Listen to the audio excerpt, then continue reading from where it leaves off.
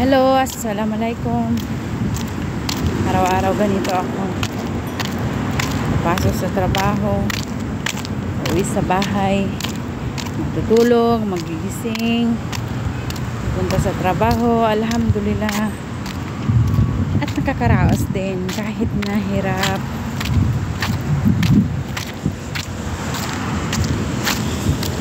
Inshallah, yung pagtitiis ko dito sa ibang bansa, may magandang kahinatnan din sa anak ko, sa akin. At kung may tulong sa pamilya, tutulong ako. Kung wala, di pasensya. Dito ako naghihintay ng bus papuntang trabaho. Abu Dhabi Terminal Bus, Al-Wada.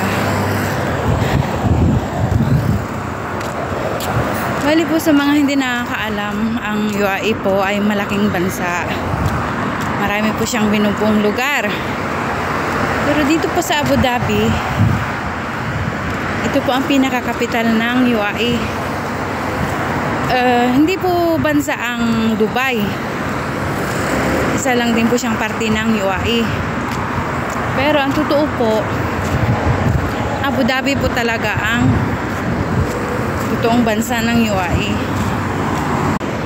Ang bus po nga pala ay 2 dirham 50 fils, 2 dirham hunus. Bali po kung pera na sa Pinas, baka mga nasa 40 dirham, 40 peso. Kasi po ang 1 dirham ay 15 peso. So 2 dirham 50, baka po nasa sa 40 o 45. Ako sorry sa kwintada. Bali po doon ako banda nagtatrabaho doon sa Dashitani Building, Yes Healthcare. Papasok ng alas 11:30 kasi ang end sa work ay 12 PM en punto.